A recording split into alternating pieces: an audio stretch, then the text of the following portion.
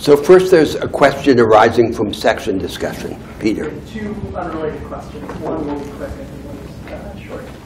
So the longer one is, in the last 50 years, the most discussed political issues in America have been the rights revolutions of civil rights, feminism, and gay rights. And there was interest in the section of, it's assumed that you're in support of those causes, but they make little notice in your writings and in your program of deepening democracy. And how do you see where these rights revolutions fit into your project? And the second question? And the second question is a clarification question on what you meant by liberalism should trade neutrality for Catholicity. That's just a clarifying question of what specifically you mean by that. So let's begin with the clarifying question. So the argument there is the following.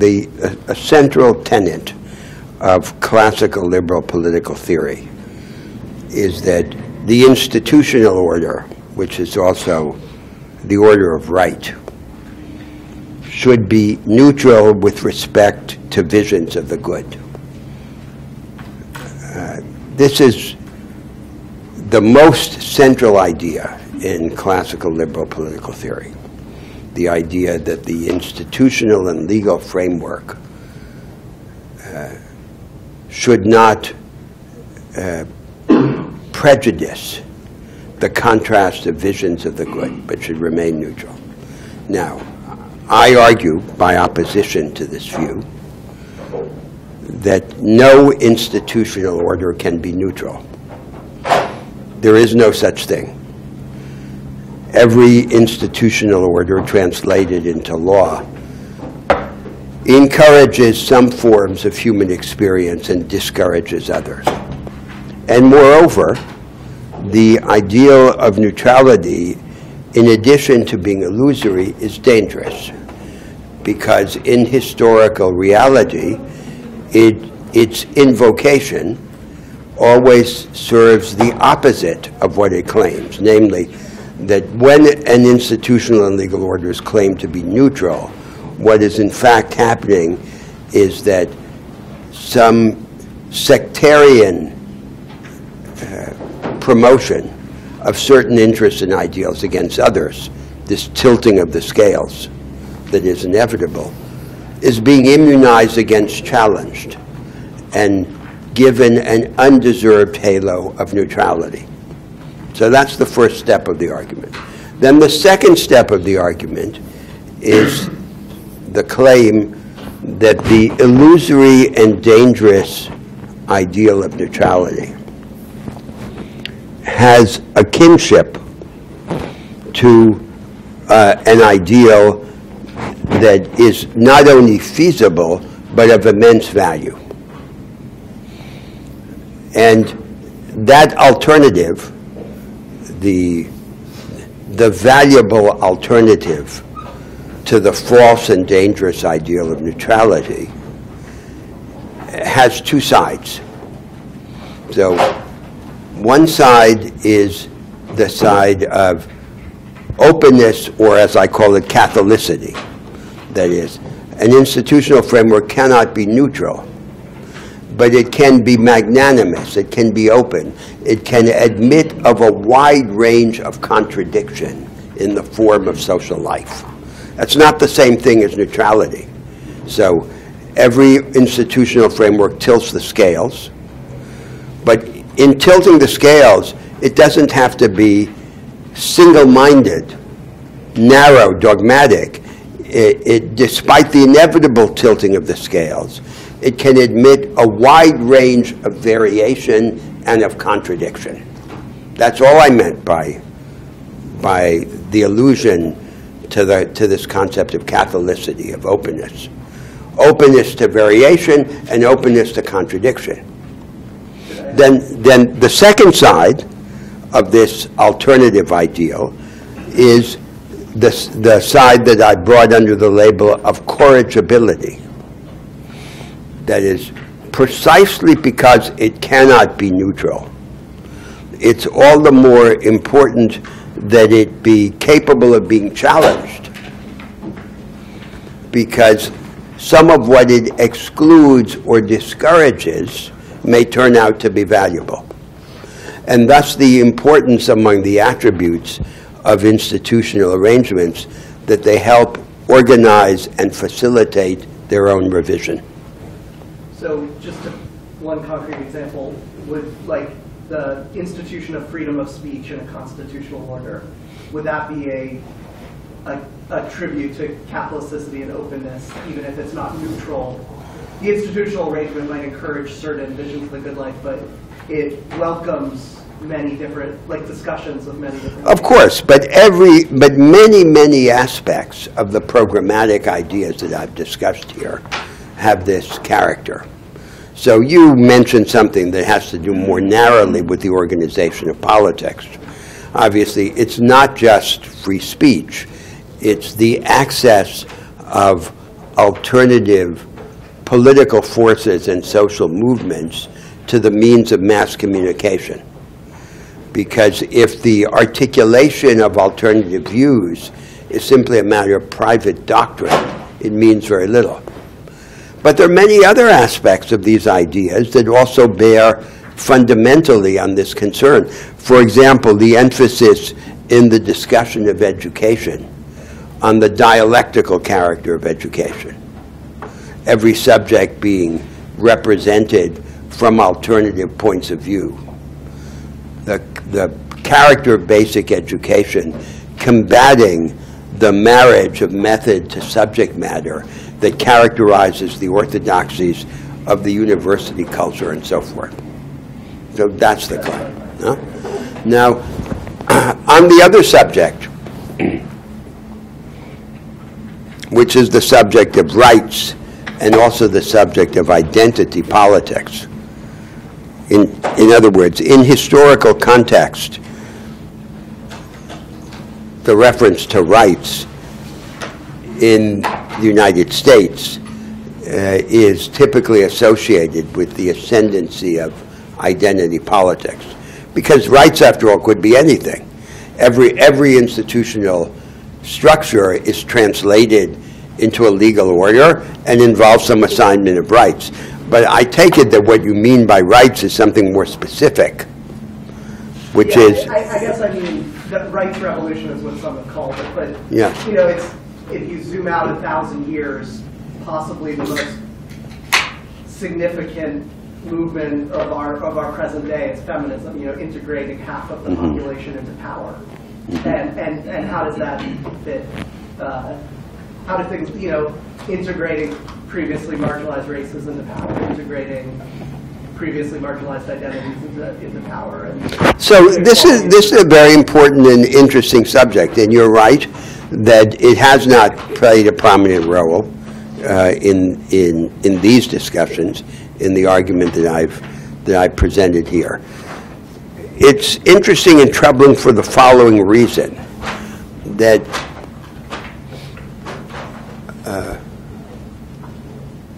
this identity politics in its historical presence, in its actual evolution, has often been represented and played out as an alternative to a politics of structure. And in particular to a politics of structure involving the distribution of economic and political power. So it's as if we said, well, let's forget about the ideological and institutional debates of the past, including the contrast between right and left. They've led us into all of these calamities of the 20th century. And let's now turn to something else. So the politics of identity would be one example of this post-structural political discourse. Another example would be environmentalism, viewed in us from a certain perspective. So if one were to caricature one of the forms of environmentalism in the rich North Atlantic world, it's the idea that history has disappointed us in the provision of ideological alternatives. Let's then seek refuge in the great garden of nature. But it doesn't have to be that way. either with respect to identity politics or with respect to environmentalism. That is, rather than being alternatives to the contest over structure, they can be ways of deepening and enriching the contest over structure. And so then they would have to be reformulated or reinvented. So a politics of structure that's narrowly focused only on economic advantage and political power, without regard to the deep sources of subjective experience in the situation of different people, according to the actual divisions of society and culture, is very impoverished. On the other hand, it's crucial that these identities not be reified, that we not attribute to identities a certain inherent or stable essence, which may be, in fact, just the reflection of the structure that we're combating. So then we need a different way of thinking about the relation between structure and identities. And I agree, if that's the implication of your challenge, that that's a very important horizon of the discussion. So a salient example of this problem in the United States, in American history, of course, is the vexed problem of the relation between class and race, which we haven't discussed directly in this course. So you know that the approach to the relation between race and class that has prevailed in the United States in the course of the 20th century is what you could describe as the integrationist orthodoxy. So race is separated from class, and the combat against racial injustice is treated as a threshold issue, to be addressed, as it were, as a preliminary to questions of economic injustice and separate from questions of economic injustice. And then the signature policy that embodies the attitudes, achievements, and failures of this integrationist orthodoxy is affirmative action. And then we can judge it by its results. So what has this done? So it has created a series of benefits that are distributed inversely, in inverse proportion to the need for them. That is to say, it benefits most the black professional and business bourgeoisie. It benefits somewhat less the black working class, especially public employees. But least of all, it benefits the group that needs it most, which is the mass of poor blacks, the black underclass, stuck in dead-end employment. So they're left back in the dust. And the immediate beneficiaries of this policy are those who claim virtually to represent them, who are the professional and business class. The second defect is that it tends to drive a wedge between the leadership of the blacks and the rank and file, because this leadership is co-opted into the structure. And the third defect is that it gives offense to the white working class majority of the country, which with some justice feels itself to be the victim of a conspiracy between the sanctimonious progressive elites and the beneficiaries of this policy among the blacks, the black professional bourgeoisie. So it's a defective policy. Now then, the problem is not that racial injustice is being recognized, the problem may be that it's being recognized in the wrong way, and that one would want an alternative. And the point of departure of an alternative would be twofold. You would, on the one hand, combat and even criminalize individualized racial discrimination, as it is in many countries. But with respect to policies of structural promotion, you would insist that they target actual disadvantage, which typically arises from a combination of factors. That is, the combination of an economic situation with other elements, such as racial discrimination, that aggravate the circumstance of subjugation or exclusion. And then you would have to go through a similar exercise with respect to all of those other forms of identity. So that would then be, that's what it would mean to recover the agenda of identity politics as a way of enriching and deepening rather than of circumventing the problems of structural alternatives. That's why I gave the example of race, because you would have to have an analogous project for all of the other identity issues, and the same would go for the question of environmentalism.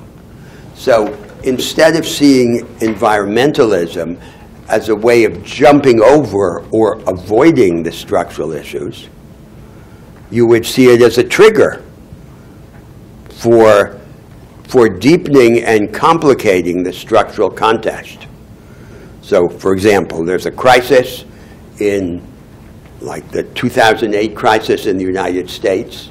You say, now we have an opportunity to recover and reorganize the economy,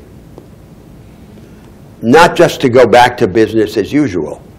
And one of the attributes that we might want the recovery to have is that it be, for example, a low-carbon recovery. But its being a low-carbon recovery would be associated with all sorts of other characteristics, involving, for example, different ways of organizing the partnership between the government and emergent firms. So that's another example of how you take the entire agenda of the supposedly post-structural or non-structural politics on both the identity or right side and the environmental side, and you remarry it to a deepened agenda of structural change. And that's a fantastic project. And in a country like the United States, in which this identity-related rights revolution has played such an important role, that would be a very important endeavor, both politically and intellectually. So that's how I begin to answer that question.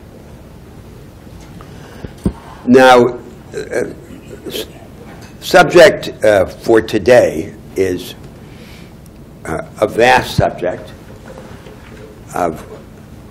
which is the social theoretical background to these programmatic arguments that we've been having in the course. Today I intended to deal with the theme of the imagination of structure, of structural discontinuity and structural alternatives in history. And then in next week's class, with the normative background, the ideal, and the view of human nature animating these programmatic arguments. And really what I hope to do, although it may be an unreasonable and unrealistic ambition, is to have a concise argument about the history and the prospects of social and historical thought in the form of this single class. And to that end, I want to proceed in 3 steps. So, in the first step, to discuss the suppression of structural insight in the contemporary social disciplines. Then, in the second step, to go back to classical social theory, classical European social theory, which did have a project of structural imagination, although one that I will argue was circumscribed and corrupted. And the most important example of this project is the consummate expression of classical European social theory, Karl Marx's theory of society and history, which is overwhelmingly the most important influence on the ideas of the left over the last 150 years. And then the third step of the argument is the translation or the expression of this view that I will have presented about structural insight into a view of agency. As the question is, how do we think about the political and social agents of structural alternatives like the ones that I've been exploring in this class? What's the relation between our thinking about the substantive content of the institutional alternatives and our thinking about social and political agency? So let me begin then with the present. So I said early in the course, with respect to this suppression of structural insight in the contemporary social disciplines, that we can understand it as an example of Tolstoy's remark at the beginning of Anna Karenina. Every happy family is alike, but all unhappy families are unhappy in their own way. So each of these social disciplines has its peculiar form of unhappiness. If by unhappiness in this context we mean their way of suppressing or denying structural insight. The overall result is to produce a naturalization or a rationalization of the established structure of social life and to lend to the established institutional and ideological settlement an undeserved and mendacious aura of naturalness, necessity, or authority. Now let me take for this purpose the 2 most important disciplines of the institutional imagination: law and economics, and exemplify the initial claim about the suppression of structural insight with respect to each of these 2 disciplines. They have a radically different character, not just because they have different intellectual histories, but because legal thought is a normative discipline. And economics is, in the first instance, a positive explanatory theory.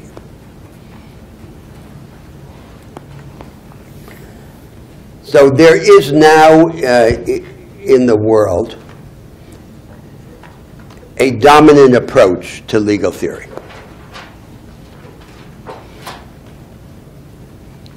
And its main headquarters are the legal academies of the United States and of Germany.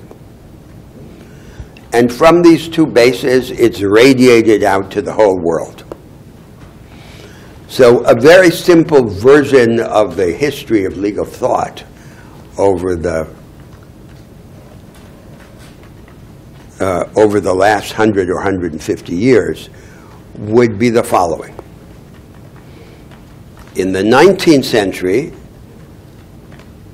there prevailed what we now call doctrinal formalism. So according to the official view of this 19th century method, the law was seen as a system of rules.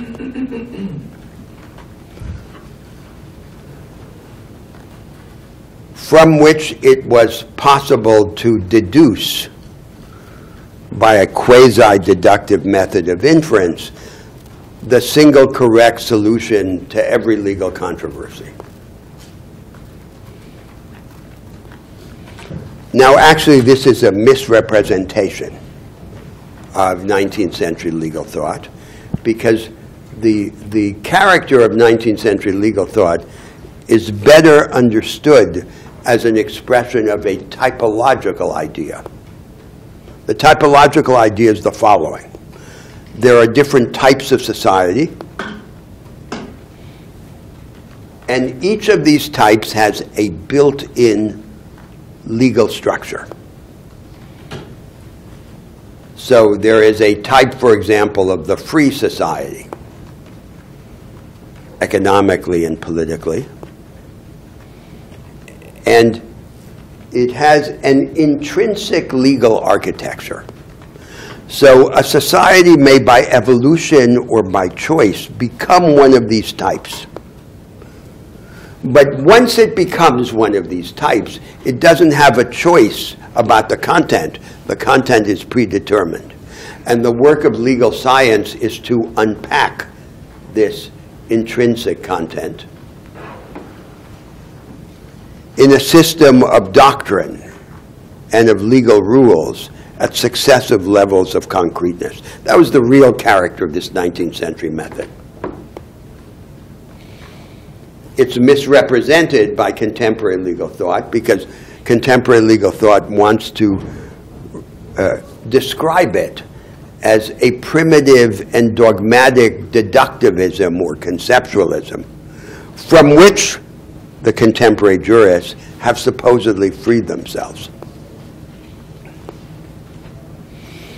Now then, this new wave, the wave of legal thought, represents law as a system of ideals and interests expressed in the vocabulary of impersonal policies and principles. So it is an idealizing and rationalizing representation of the law.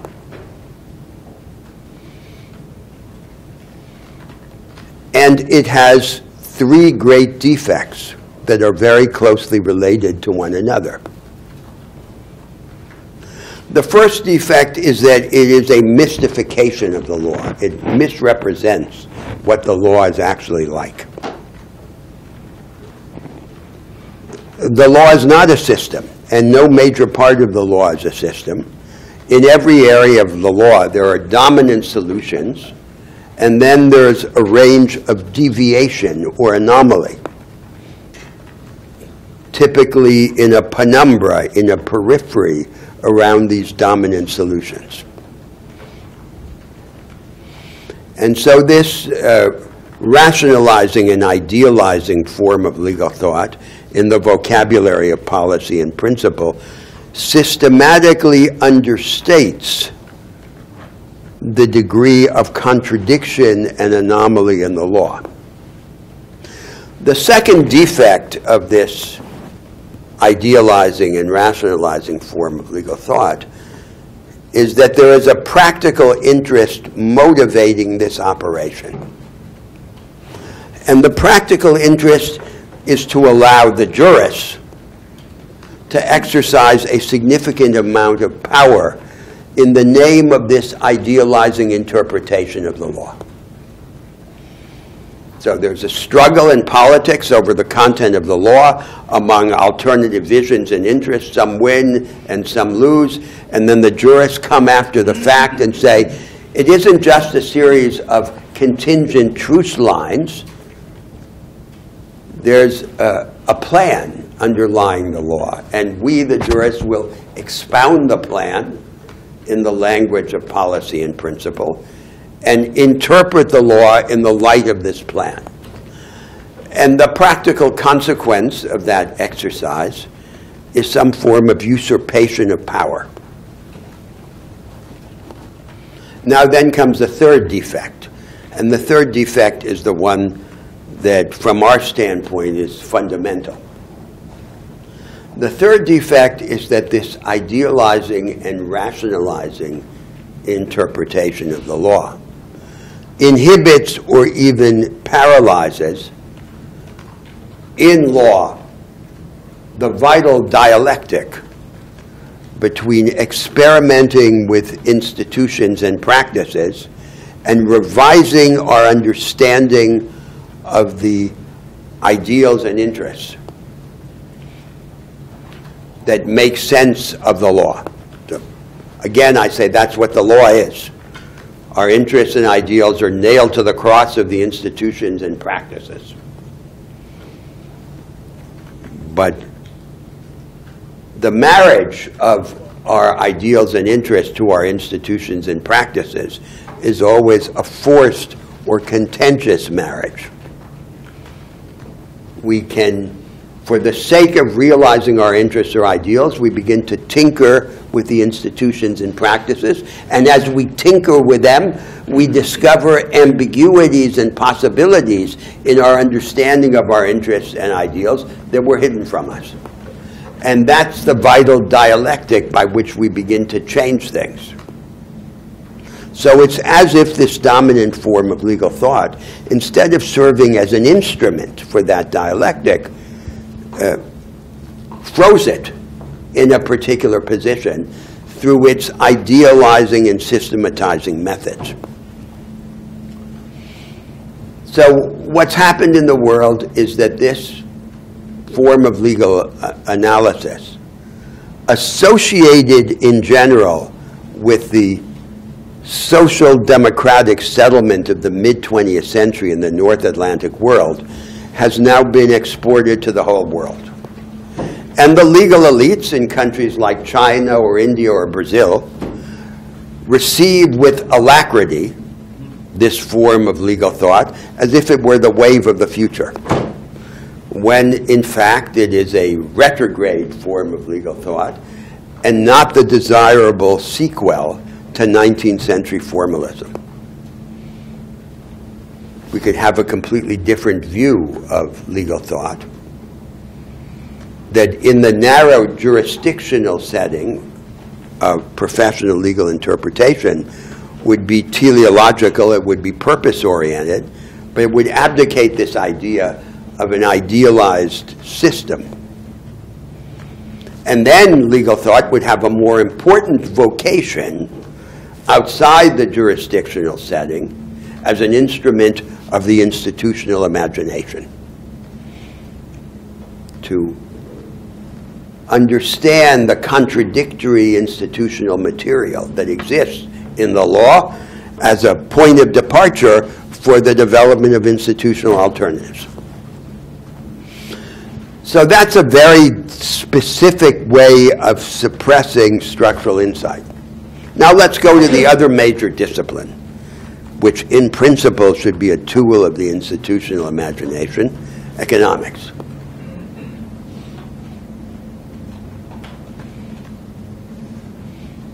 Now, as I've said before, economics is not the study of the economy. Economics is the study of a method pioneered by the marginalist theoreticians at the end of the 19th century. The study of the economy by some other method is not recognized as economics. And the use of this method to subjects that are not on their face economic is treated as if it were economics. Now, How does this method suppress structural insight? Through 4 defects that are distinct but closely associated. So the first defect is by a separation of logical analysis from causal inquiry. Marginalist economic theory developed in a period in which there was intense ideological controversy, contest over society, over ideologies, over methods. One of the overriding aims of the marginalist theoreticians was to produce a pure method of analysis that could somehow escape taking a position in this field of contentious claims. And there's no real equivalent in the history of social thought to this operation other than Hans Kelsen's pure theory of law, a school of jurisprudence which did something similar in legal thought, and for similar reasons, with similar motives. So when this economic analysis is pure, it applies a paradigm of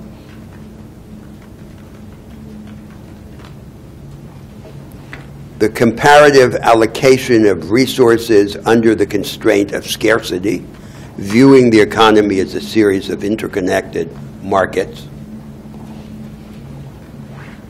But it makes no factual, causal, or normative assumptions. It's a pure method of analysis. It's like a logic machine. The Austrian economists considered it a quasi-logic. And it only operates on the basis of the fuel, the factual, causal, or normative fuel that is supplied to it from the outside. Now, the marginalist theoreticians believed that this was a great advantage. Advantage is, my hands are clean. So it's like the idea of Pontius Pilate. Don't blame me. I just have a pure method of analysis. But this is a fatal defect in a science, because it creates an intellectual paradigm that can't be undermined by any accumulation of discoveries about the world. So what happens in the economics that was created under the aegis of this view is that the economist produces models. The models are informed by these background theories.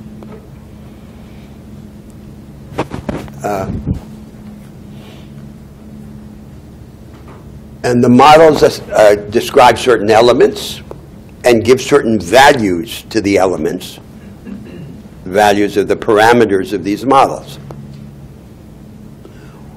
If the model doesn't work, what the economist does is to create another model. But the diversification of models at no point undermines or threatens the background theory. Now, that's not like a causal science. It's not like, for example, the standard model of in particle physics, which makes certain predictions about what the world is like. And if there's an accumulation of contrary facts, at some point the paradigm is subverted. So one could summarize this problem by saying that in this economics there is theory and there is empiricism, but they have very little to do with each other. And this, rather than being an advantage, is a crucial flaw. It condemns the science to an eternal infancy. It can't be undermined.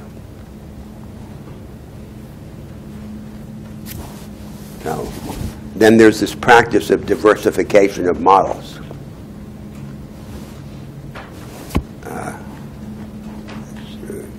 Groucho Marx, a comedian, said, "I have principles, and if you don't like them, I have other ones."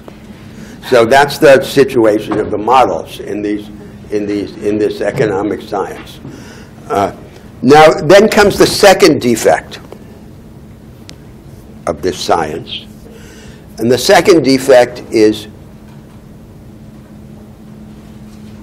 the deficit of institutional imagination at two levels. So one level is the identification of economic rationality with the market. That's the familiar idea of so-called market fundamentalism. But there's another level which is much more important, which is the identification of the abstract conception of the market with a contingent set of market institutions that developed in the modern West in the last 200 years. So the single greatest analytical achievement of legal theory over the last 150 years was to have established the proposition that a market economy has no single natural and necessary legal form. They can be organized in radically different ways. A proposition that the jurists established over time, often against their own intentions. But to this day, this proposition has never fully penetrated the inner sanctum of economic thought. So the practical economist continues to believe that a market is a market, a contract is a contract, and property is property. All propositions that the jurist knows to be false. From this standpoint, one can distinguish three main varieties of economics. First, there's what you could call pure economics, which makes no institutional assumptions.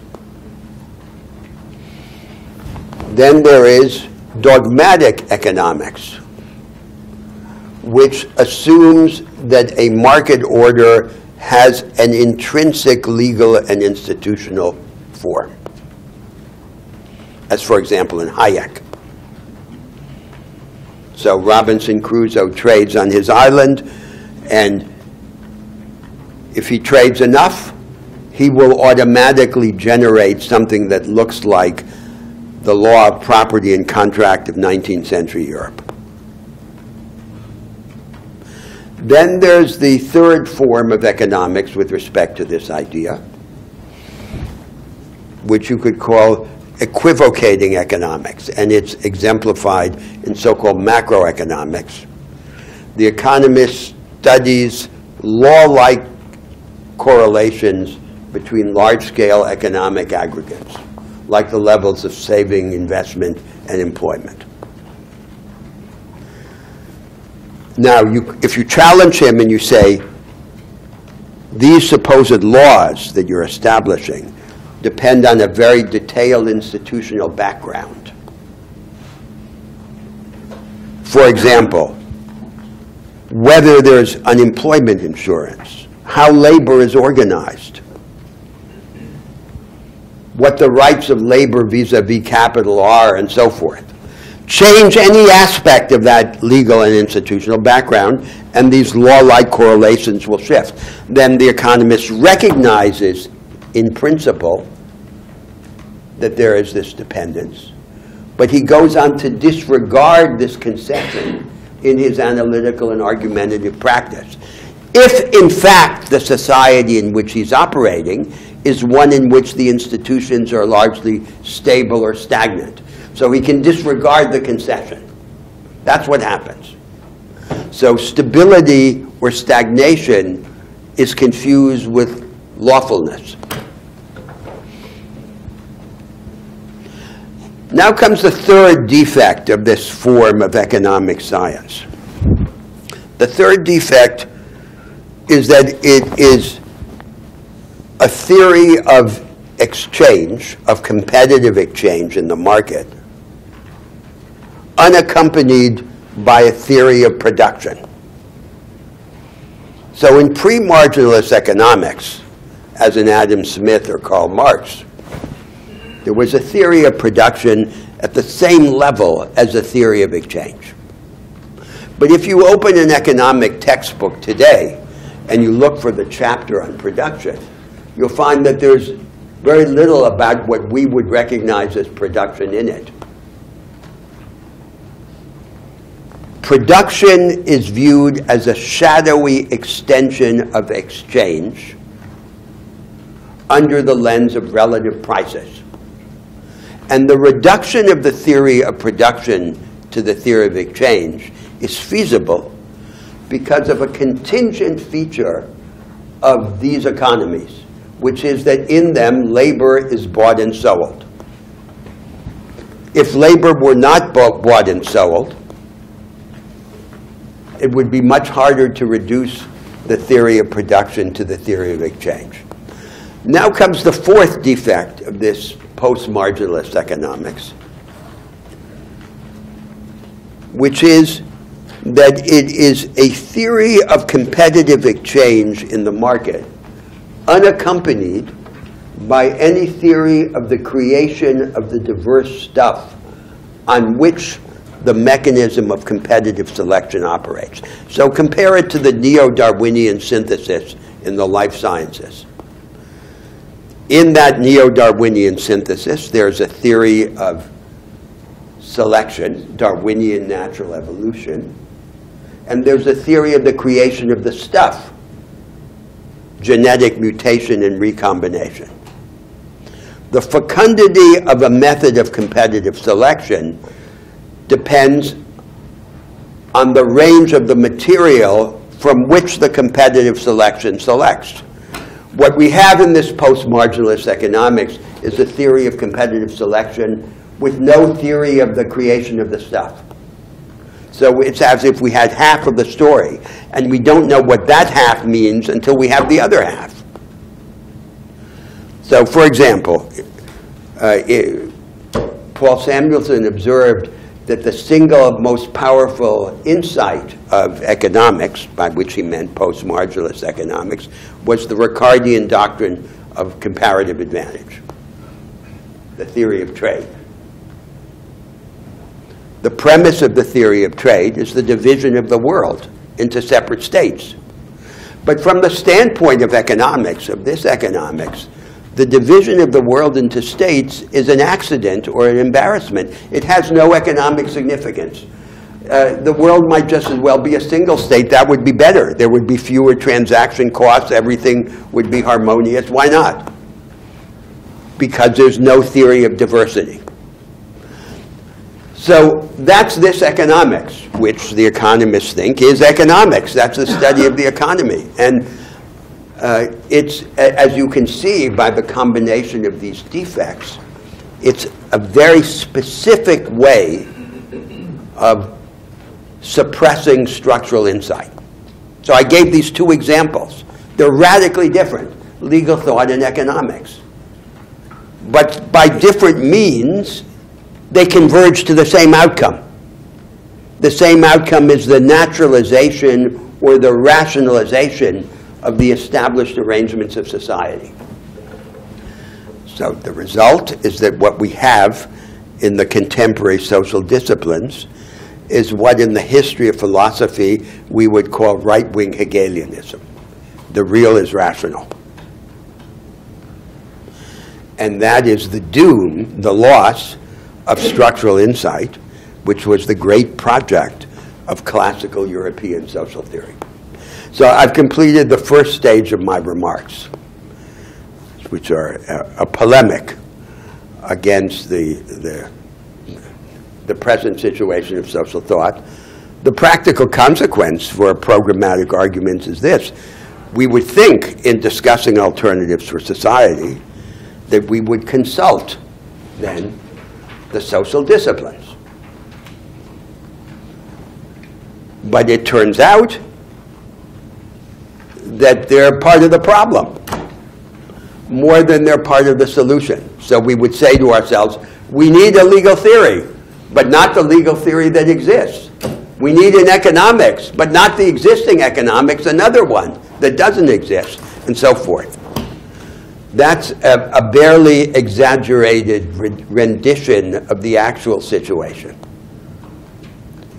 We need to inform programmatic arguments, disciplines that don't exist, because in their present form, they're a kind of conspiracy against the structural imagination.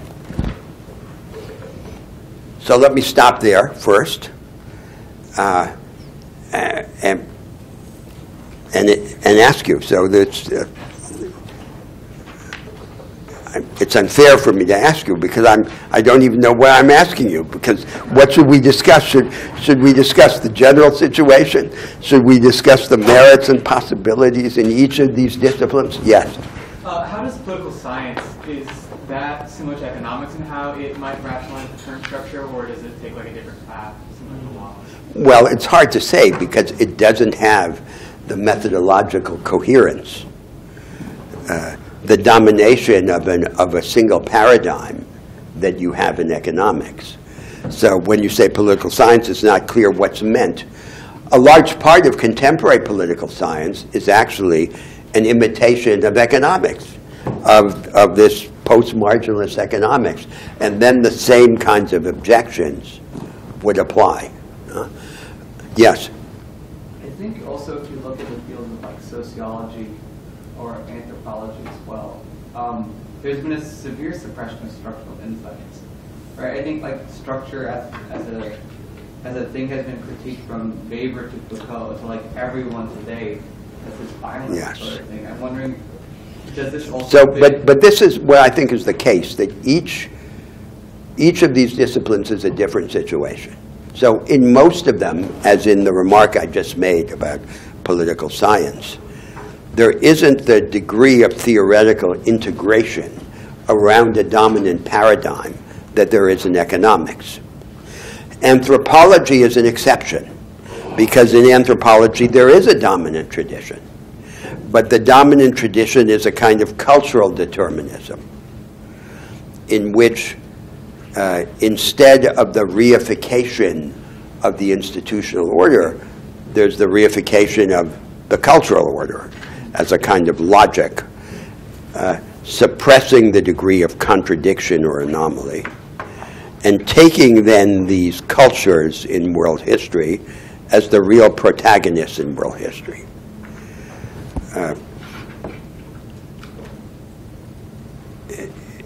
So this is the loss of an opportunity, because one of the concerns of classical European social theory, way before Marx, for example, in Montesquieu, was to understand each structure as the combination of an institutional and legal order with a form of consciousness. So this is one of the deepest problems in social theory, how we understand the interplay between consciousness and institutions, right? The institutions are always lived out, they're always represented in a certain way. Their representation is part of their reality. This is, for example, the theme of Hegel's phenomenology of mind. This relation between the evolution of consciousness and the evolution of institutions. And that's what anthropology could have contributed to this debate.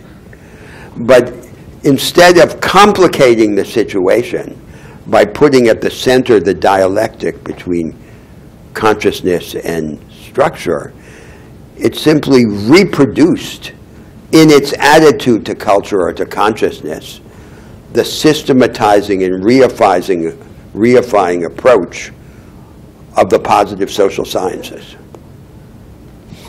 So the claim I'm making it's that it's as if this encyclopedia of social sciences or normative discourses found 10 different ways to suppress structural insight. And that's the problem. That's the legacy of this intellectual situation. Yes? So I understand the reason we don't want a natural form of anything. A natural form of? Of anything, I guess. So we also deny the existence of right answers in this field. But we already have that. I mean, when it comes to law, particularly in the US, that's a common kind of narrative. It has been since there been legal studies, even before with legal realism and everything. So I guess my critique with respect to that is that this may empower the ones who can actually take advantage of the indeterminacy of their argument of what constitutes a right or a reasonable argument, the right answer or a reasonable argument. So how can we make sure that whatever we do does not provide yet another way to the ones who actually already have power to form their structures which help them to maintain this power, and actually do something or form an argument that would empower the ones who are outside this Yes, argument. but I'm not defending an indeterminacy idea, right? Okay. So the various forms of legal skepticism that prevailed and turned out to be a political and intellectual dead end.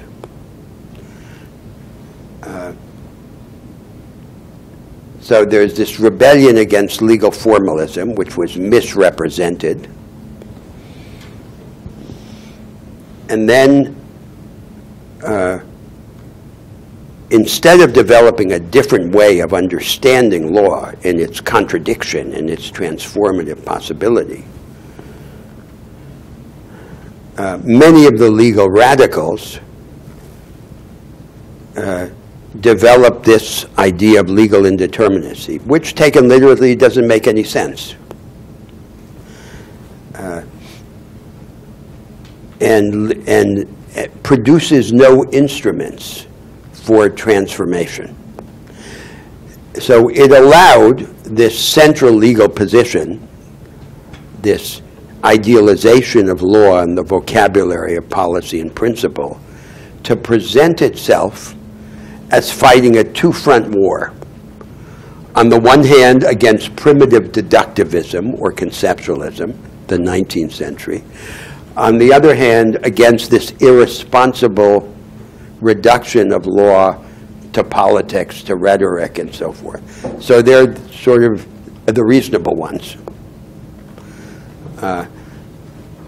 So that's what's happened. Now, but the tragedy is that this intellectual operation prevailing in the elite legal academy of the United States and Germany has now been exported to the rest of the world.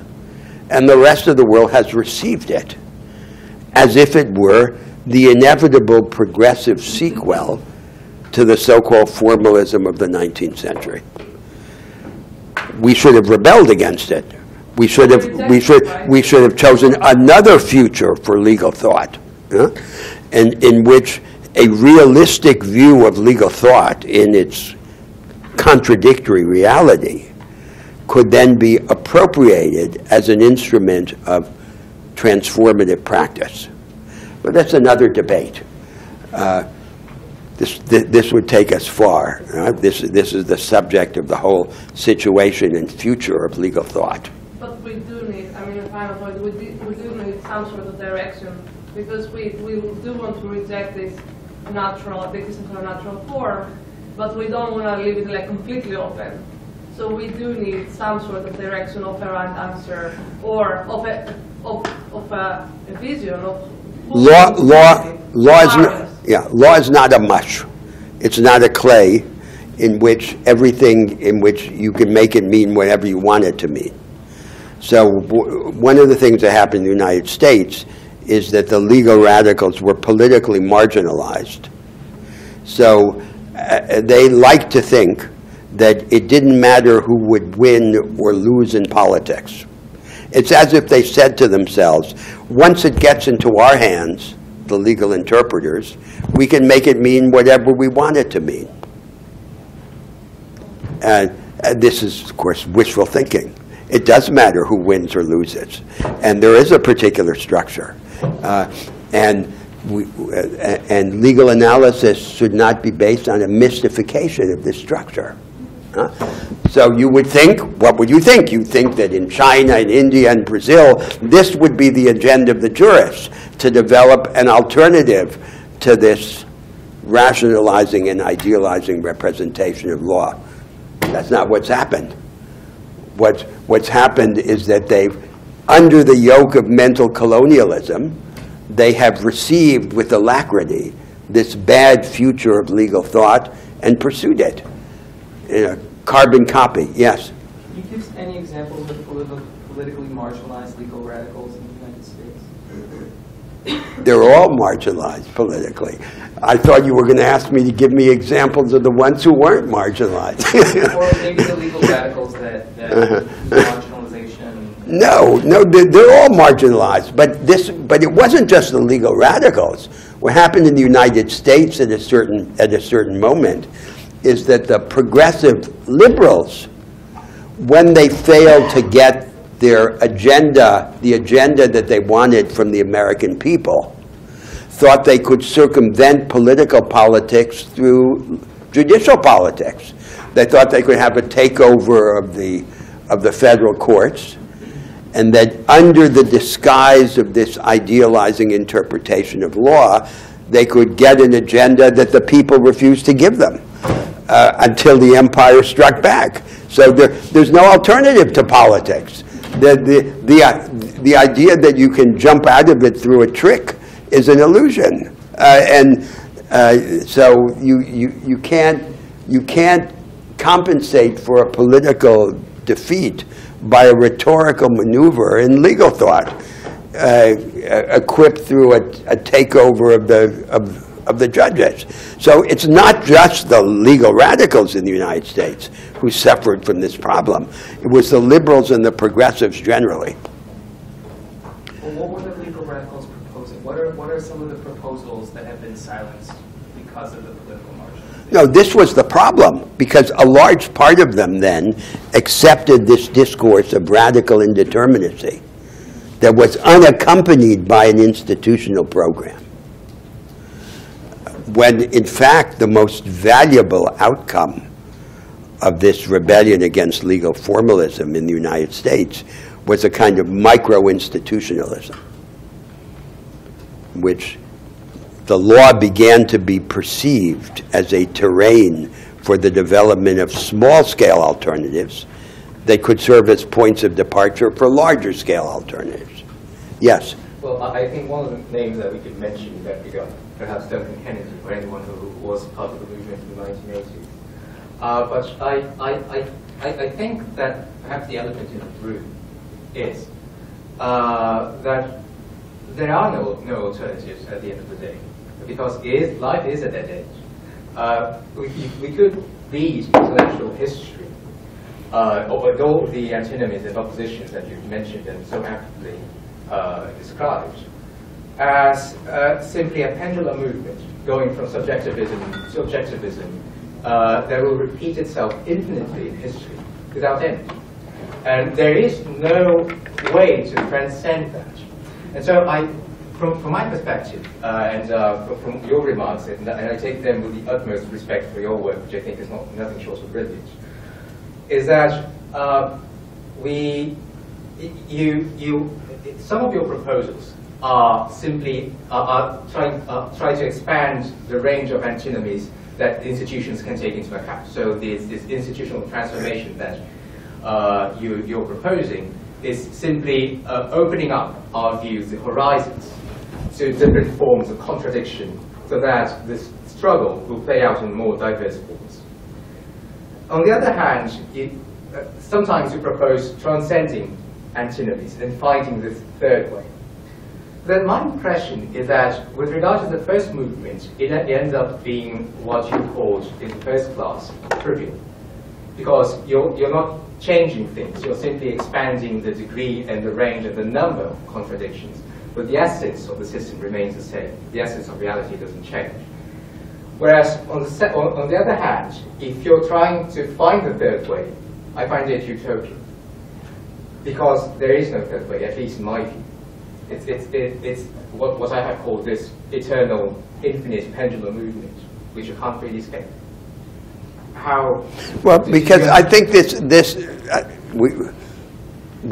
formulation is too abstract to be related to the discussions in this course. So, the main focus here has been on problems and projects that I want to argue are fundamental to the prospects of these contemporary societies. So let's take an example that has figured prominently in the arguments of the course. The reorganization of production and the way of giving practical content to the widely professed but otherwise largely empty goal of socially inclusive economic growth. So there's a problem. Problem is that the traditional formula of growth, which is conventional industrialization, for various reasons doesn't work. On the other hand, the alternative, which would be a broad-based, socially inclusive form of the emergent form of production, the knowledge economy, seems to be inaccessible. So what should we do? So that's the problem. That's a real problem. And the argument is that there's a solution to that problem, that the apparently inaccessible aim can be made accessible by being broken up into pieces or steps. And that's an example of the argument that I've had all over with respect to each problem. The basis of social solidarity, the nature of education, the reorganization of the state, and so forth. So our dominant way of thinking, influenced by Marxism, is that if a transformation is profound, it must be systemic. So it's, as in Marx, you replace capitalism by socialism.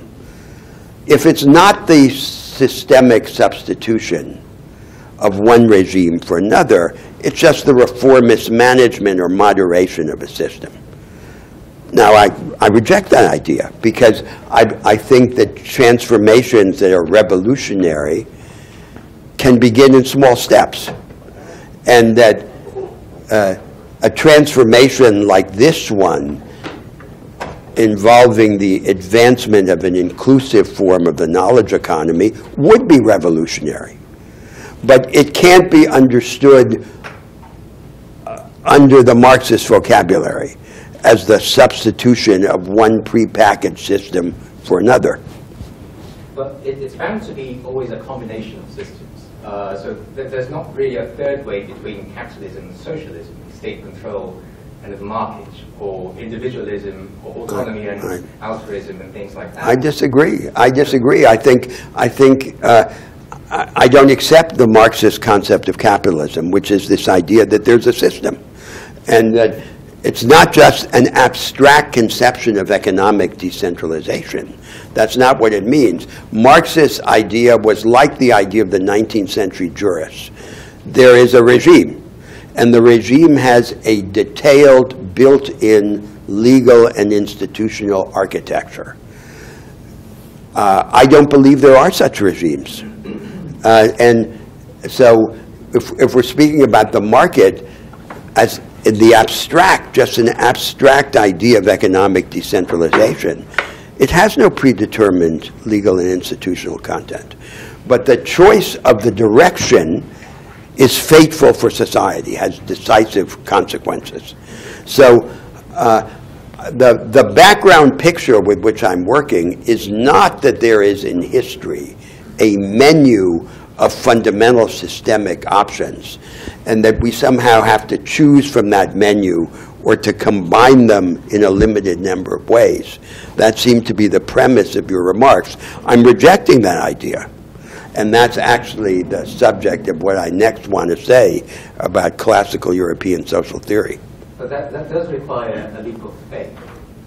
It may not correspond to reality. It may be utopia. But it's not a normative proposition. It's a claim about what history is actually like, which may be true or false. So we have to find ways to falsify it or to validate it. But at the end of the day, it's a claim about the facts of the matter. If I may join this conversation. Yes. All my life I learned the history of the Zionist socialist movement. And it was a victim of that. A little louder. It was a victim of this way of thinking. You mean the Zionist socialist movement. it is the socialist movement. Yes, the Zionist socialist movement was a victim because, like, in the history of the establishment of the State of Israel, the trade union that was established, the Histadrut, became a tool of building the country, even though it was a trade union. And every time the delegates, and it's succeeded in building things that I think one of the most interesting cooperatives in the world, the kibbutz movement, yes? And every time people from the kibbutz and the Histadrut came to meet with other socialists in the world, they explained to them, no, it can't be, there is this model, if you are a trade union, you need to fight with the capitalists, you can't make deals with them, you can be, this is the only way to do it. So I completely agree with the way that you think about it, but my problem is another problem. If I get what you say, I'm asking myself, and this is really the thing that I don't like about your remarks, because the conclusion from your remarks is do nothing. Yes, because there is nothing. Okay, I don't get it. So in my book, we should learn not to do stuff in true life, not to indulge ourselves. So in my point of view, the problem is the sequencing of such a big endeavor that comes from your teaching. Yes. And then I asked myself, you know Karl Polanyi about the big transformation. Yes. When the current legal capitalist variety was established, it was a big void who was established by hedging, by all kinds of movement in the world history. That in that situation, capitalism emerged in the way that you define it, not in the way that is only one method. And when I look at it, I ask myself, what should I do in order to create the void in which I can start building those institutions? Because every time I start to build it, it's a matter of decades to build those stuff. But every time we start, something within the institution comes a new generation. That generation, you need to work with them in order to continue the trust of the first generation. And then when the system, like, take the situation that we didn't get the Bretton Woods true deal of Keynes, yes, it hurts us, because every time the problem that was in the programmatic, when Keynes' suggestions in the 45 wasn't accepted in Bretton Woods, it created the problem of the 70s.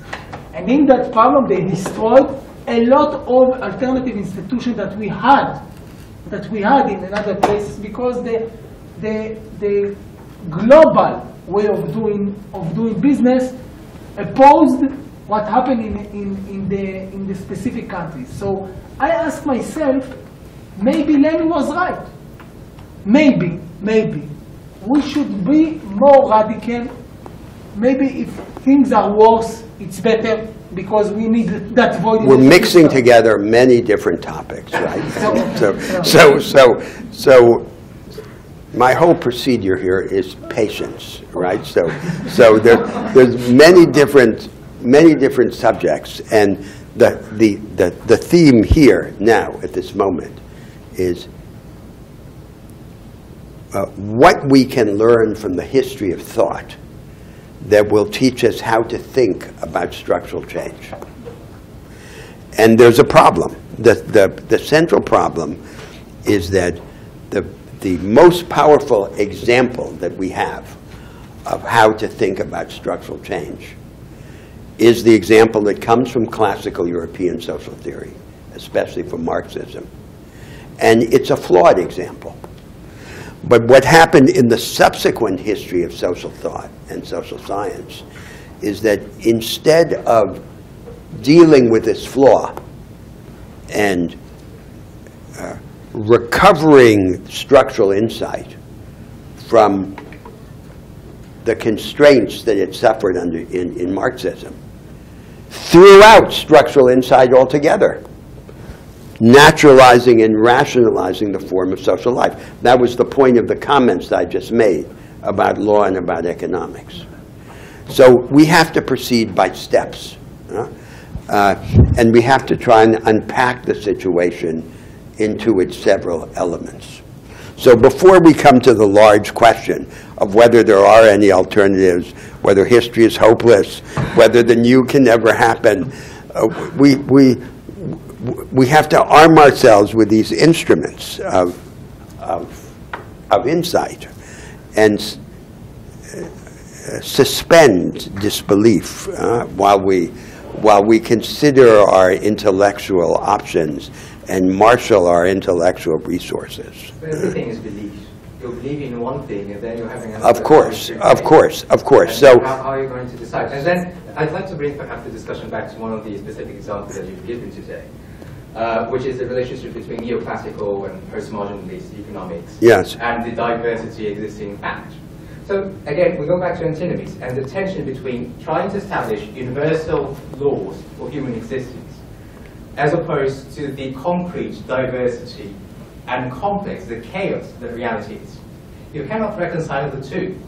It's either one of them or the other. Either you establish laws or you try to do an endless, infinite description. No, it depends. Of the world as it is. No, it depends which laws. There can be generalizations, but the generalizations need not take the form of the kinds of laws of historical change that Karl Marx, for example, invoked. But that's, So with respect to the example of economics, which you just cited, economics has been revolutionized in the past, in the late 19th century. The intellectual revolution set the course of subsequent economics. What I'm arguing, in effect, in my treatment of economics, is that economics can and should be revolutionized again. It was revolutionized before, so it can be revolutionized again to deal with these defects that I just addressed. But then, when you say that we should, for example, you mentioned in the last class that we should have some, what was the expression, dosing, and then that we should do things step by step. I hear it as a very bourgeois thing, as the middle ground. No. The gentleman who walks in a certain pace, very gentlemanly. Not at all. So that's liberalism. And then we go back. Once we get to concrete things, we go back to the middle term, to the middle ground. No, I disagree, because this part of the legacy of Marxism is this idea that either we have change that is profound and sudden, totalizing, associated typically with violence, because violence is a kind of shortcut, or we have this management of the existing system. We either humanize the world or we blow it up. Those aren't real things, and transformation, structural transformation, as it really happens in history, is almost always fragmentary, but it can nevertheless be revolutionary if it persists in a certain direction. So I do not associate the fragmentary character of transformation with its superficiality. I think it can be at once revolutionary and fragmentary. I don't want to monopolize, just dwell on this point forever. But then, my pushback would be, as soon as you establish any kind of law, no matter how wide-ranging or how specific it is, you're going to be ignoring some aspect of reality. There will be cases that will fall outside of the law, of the theory. And that's a fact. And that's inescapable. When you try to predict things, you're not making an accurate description of reality.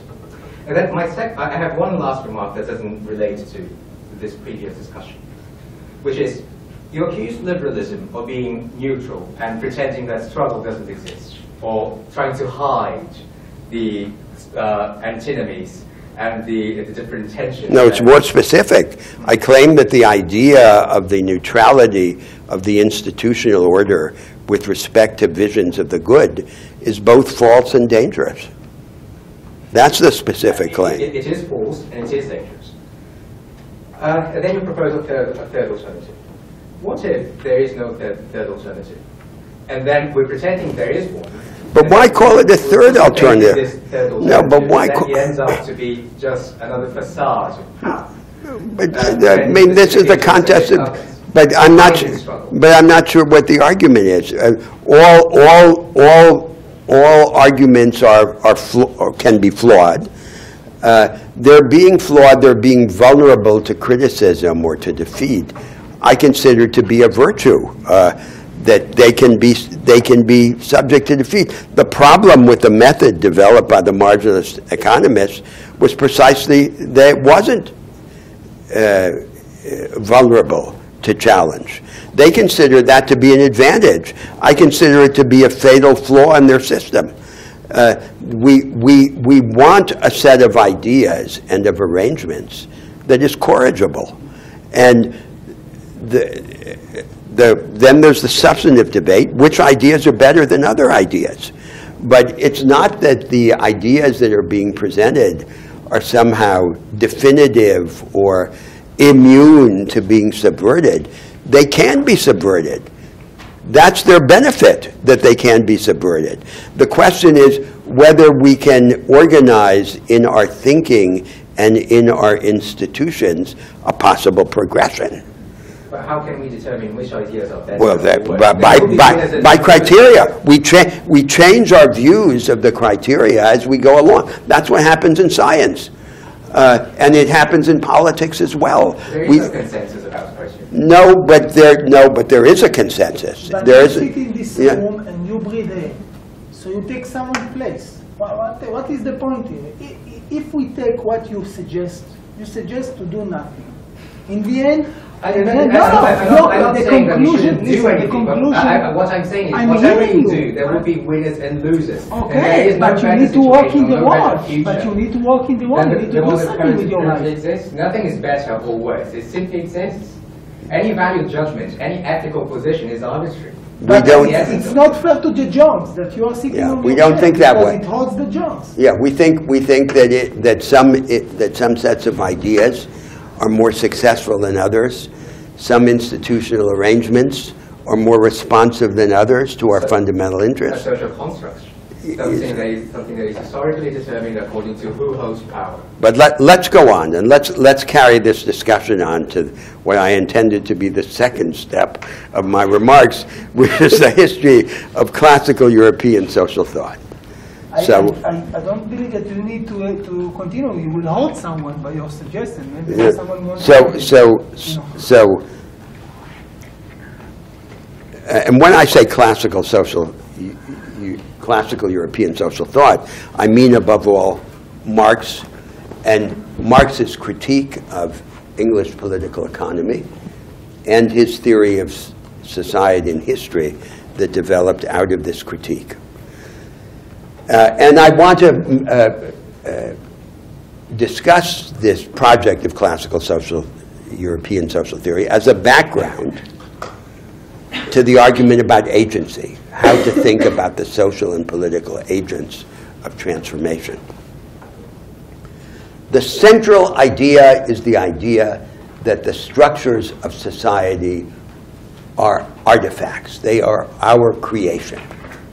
And as Vico said, way before Marx, we can understand these structures because we made them. We can hope to have of them the intimate and interior knowledge that the Creator has of His creation. So if we were to radicalize this idea of society as artifact,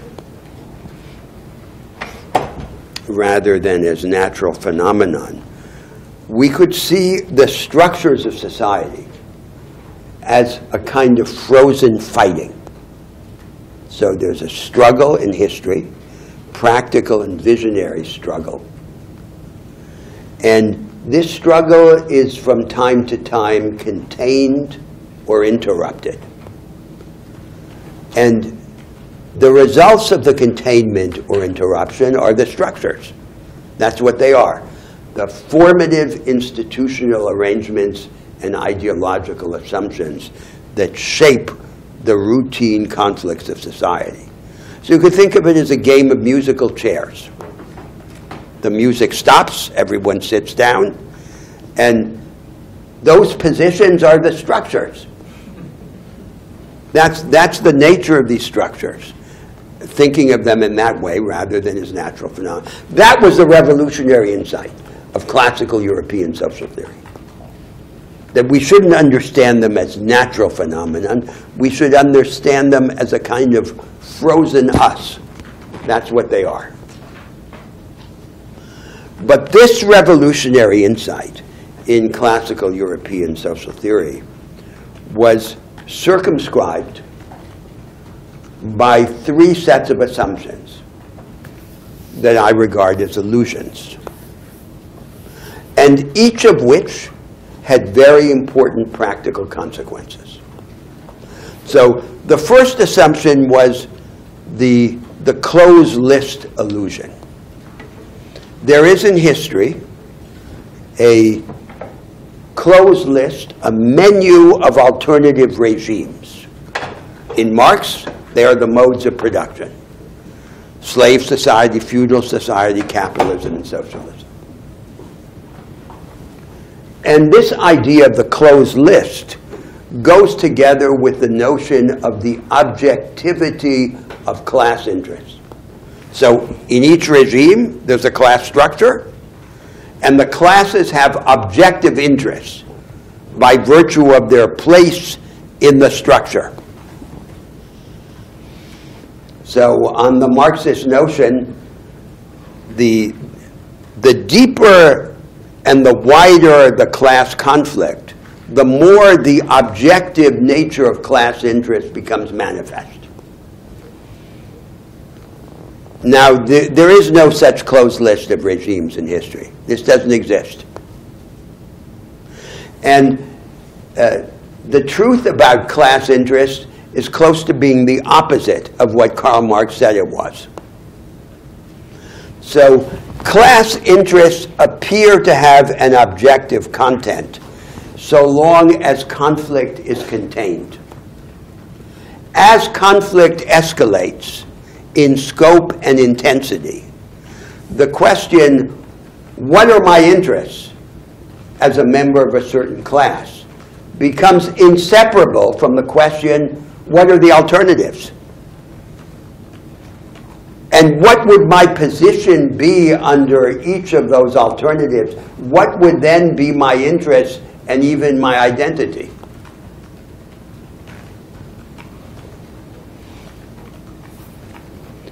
So, as David Hume said, men fight for their interests, but what their interests are is a matter of opinion. This is the truth that becomes manifest as conflict escalates. The objectivity of class interests, rather than being accentuated, is diminished and becomes inseparable from the question of alternatives. Now comes the second assumption that circumscribed the idea of the structure as artifact in classical social theory. It was the idea of indivisible systems. Each of these regimes, the modes of production in Marxism, is a system, an indivisible package. You either maintain it or you replace it. And if you're going to replace it, you have to replace it all at once. Now, once again, the truth seems to me to be just the opposite. These indivisible systems don't exist.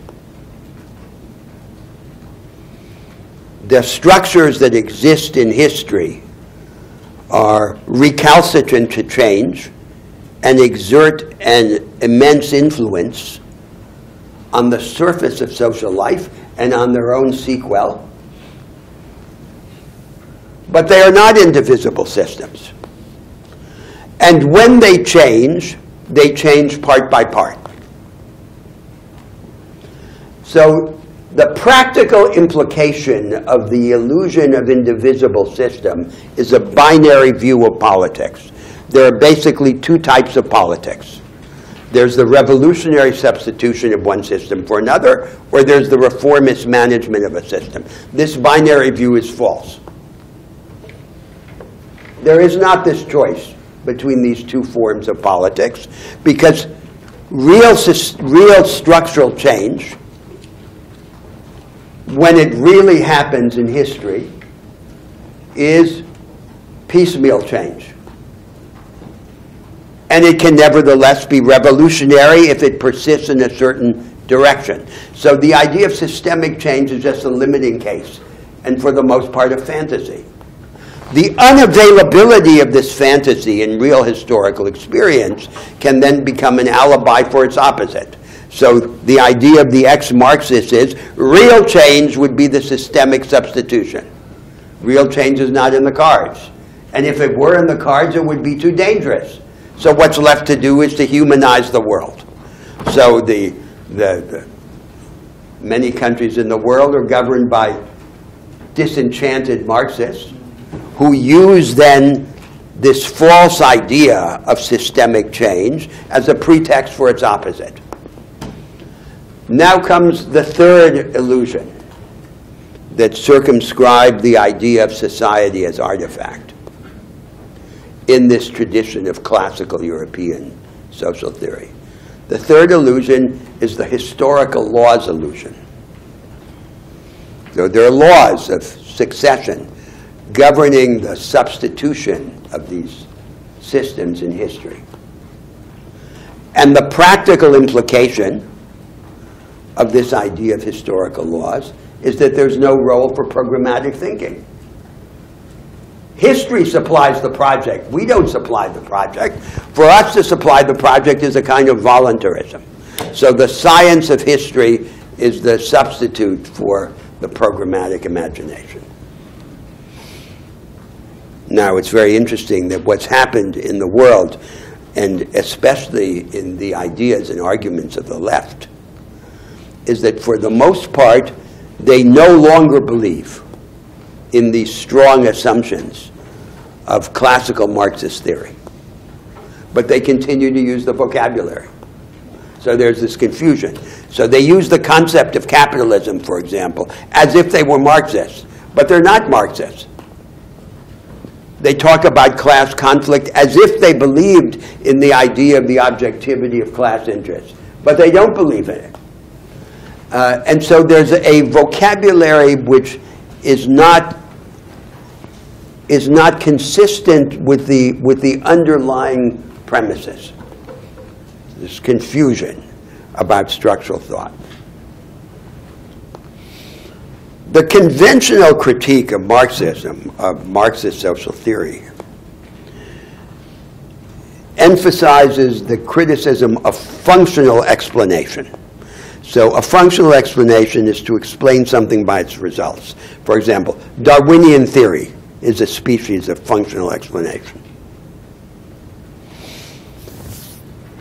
But the problem in classical social theory, and especially in Marxism, is not functional explanation. Functional explanation has a large part of truth. A set of social arrangements is diffused throughout the world because it is successful in producing certain practical results.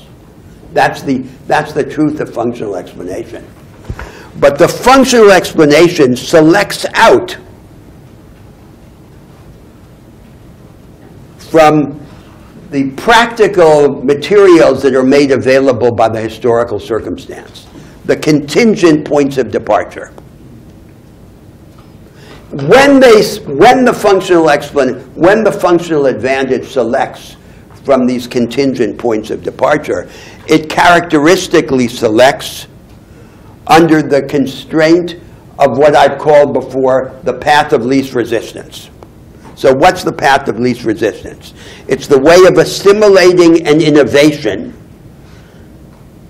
that is least disturbing to the dominant interest in the established preconceptions. And moreover, the same functional advantage can characteristically be based on different sets of institutional arrangements. So there's an underdetermination of the institutional arrangements by the functional advantage. I'll give you a non-Marxist example. So the German social theorist and historian Karl Wittfogel, for example, claimed that the despotic regimes of some ancient Oriental societies could be explained by the objective requirements of organizing irrigation on a large scale. As if the practical requirement had a unique institutional basis. In fact, what we always discover in history is that the same practical requirement can be met by alternative sets of institutional arrangements. So the problem in classical Marxist theory is not the reliance on functional explanation. The problem is the marriage of functional explanation to these restrictive illusions that I've just described. The closed list illusion, the indivisible system illusion, and the historical laws illusion. Now let me go forward immediately to what would be the third stage of my remarks, to translate this critique of classical social theory and of contemporary social science into a set of ideas about agency.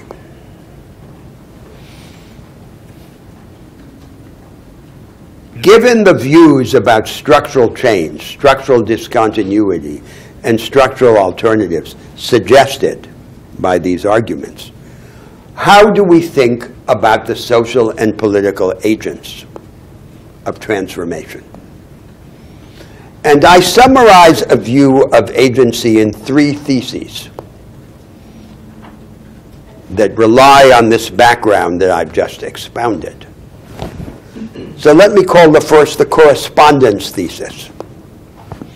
So the correspondence thesis is that any discussion of an alternative can be translated simultaneously into a view of institutional alternatives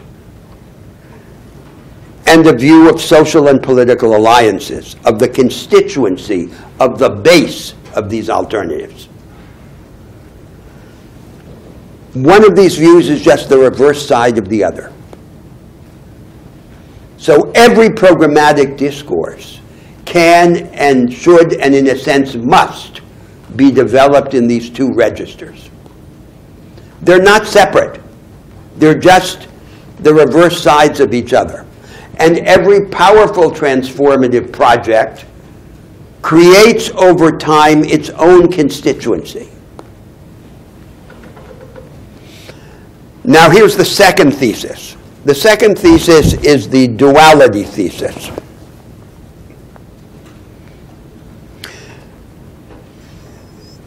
There are always two sets of ways of defining and defending a group interest, such as a class interest.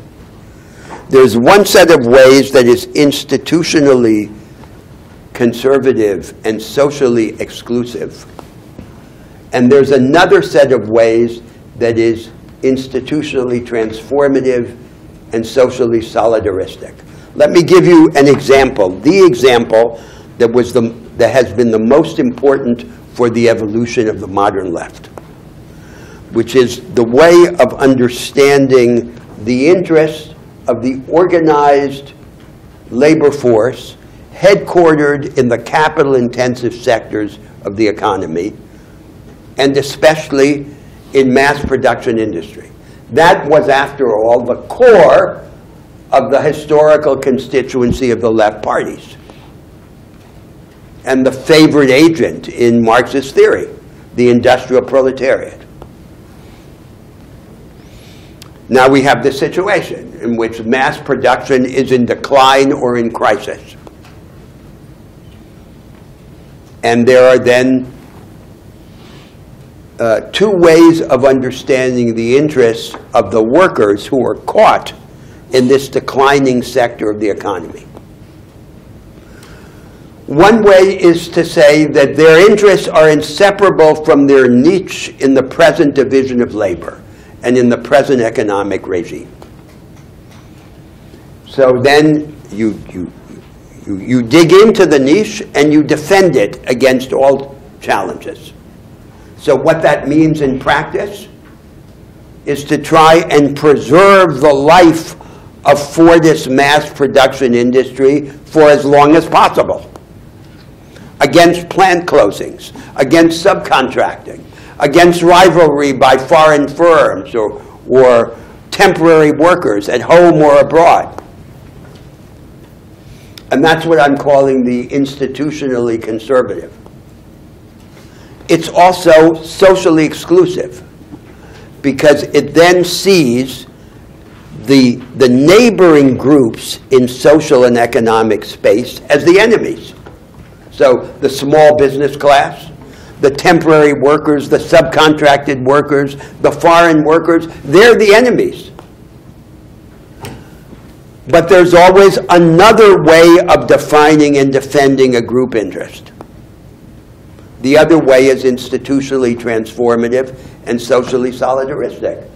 So then you would say, this project of buying a few more years for mass production has no future.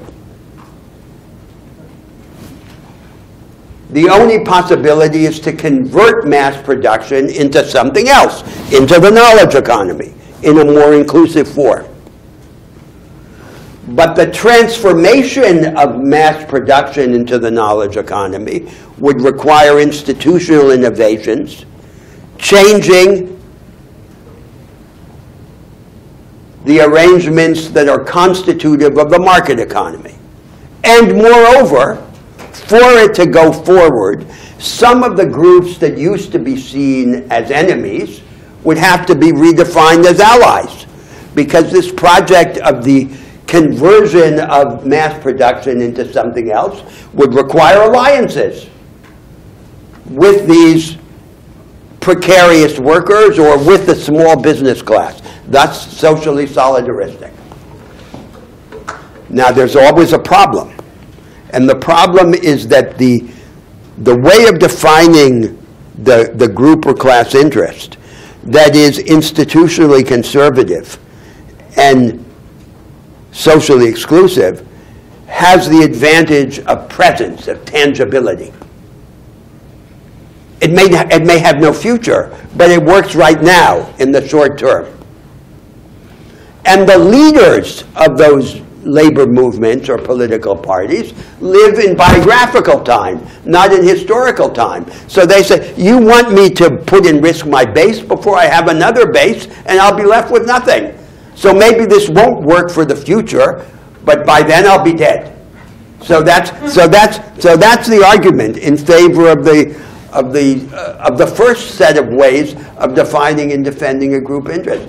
The second set of ways has a future, but it has a complicated future that requires risk and transformation, and is not in the short-term interests of the leaders and representatives of those groups who are living in biographical rather than historical time.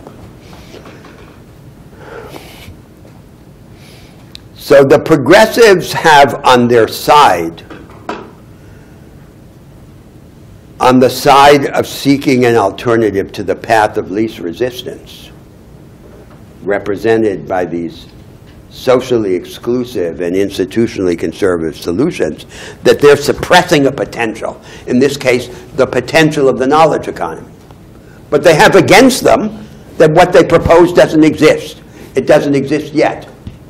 And that it requires not just a change of the arrangements, but the organization of alliances that are not yet crystallized. That's the problem. That's the problem that exists in transformative politics. And all of the work of the transformative action and the transformative imagination is directed to solve that problem. Then we come to the third thesis. The third thesis is the asymmetry thesis. And I'm going to state it starkly in the form of an asymmetry between political alliances and social alliances. So the thesis is that the constitution over time of social alliances or class alliances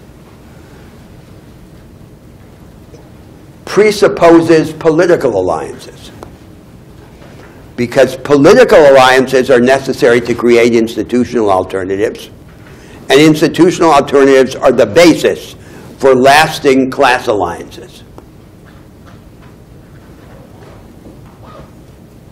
But the inverse is not true. That is, political alliances don't presuppose social alliances or class alliances in the same way. They have the construction of social alliances or class alliances as their target.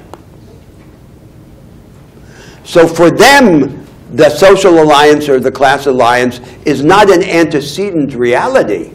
It's a project. And without this asymmetry in the relation between political alliances and social alliances, it would be impossible to understand how transformation ever happens.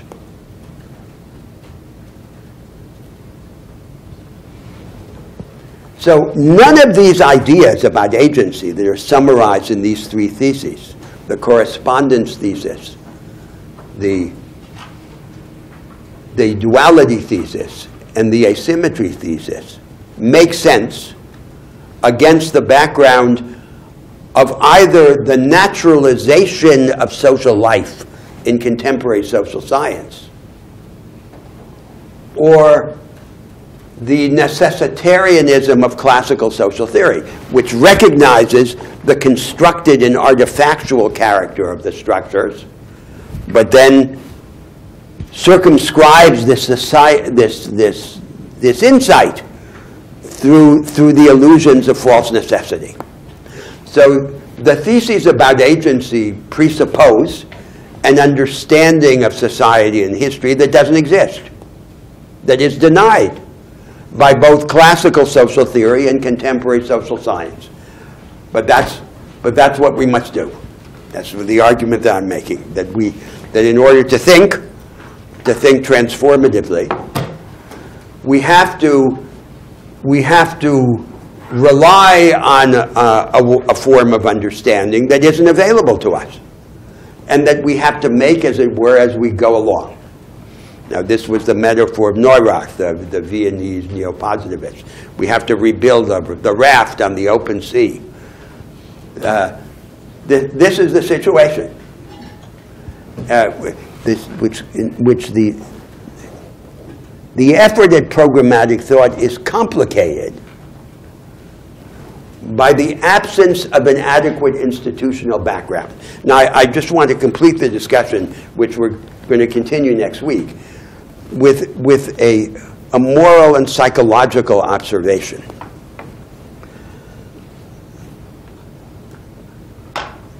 So the experience of action, of transformative action, of the politician, of the activist, is characteristically associated with intellectual impatience. So you're in a struggle, and I ask you to think about structures, about alternatives. There's no time for this. There's a fight. Huh? And all of this seems like an escape into abstractions. Huh? On the other hand, the situation of the scholar or the thinker is characteristically a situation of passivity. He contemplates the world. And as Goethe remarked, the situation of contemplation induces irony and fatalism. So Hegel made the observation that the only remaining tragedy in the bourgeois world is the impossibility of combining a life of thought with a life of action. And I think he didn't do justice to the possibilities of existence, which with some luck and effort do make it possible to combine thought and action. But there's this problem. There's a psychological and moral problem that if you act, you don't think. If you think, you're in a climate of feeling, of subjectivity, which makes action seem hopeless. So what's the antidote? What's the antidote to this existential issue?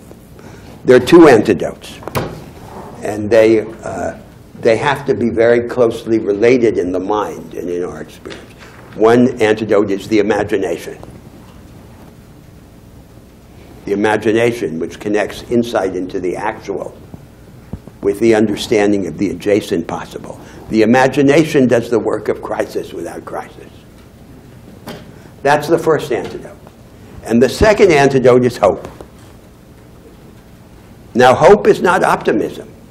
Optimism is, again, an ironic and contemplative attitude. Optimism is like pessimism.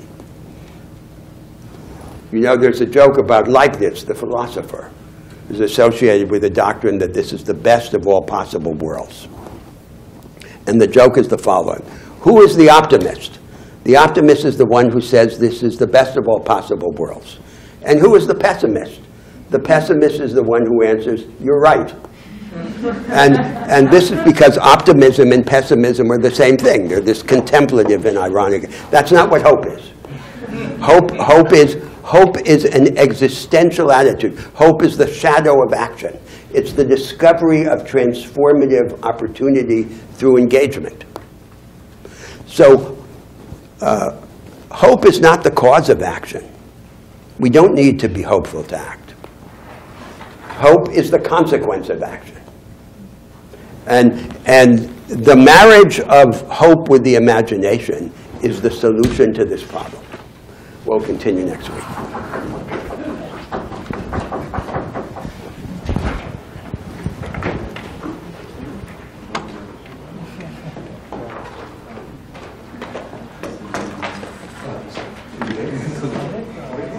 Espero que o senhor não se chateie. As confusões sobre isso. Acho que eu não partilho da esperança também. O senhor se descreveu como muito otimista da última vez, mas... Eu imagino que o senhor pode descrever uma cadeira.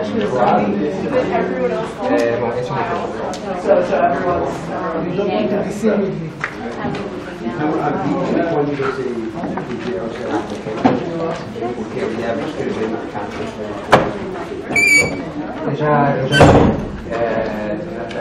eu acredito que eles entrarão em contato com o senhor a partir Those are very uplifting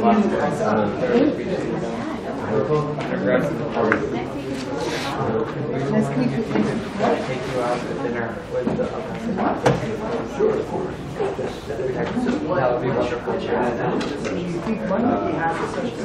But I figure out. Okay.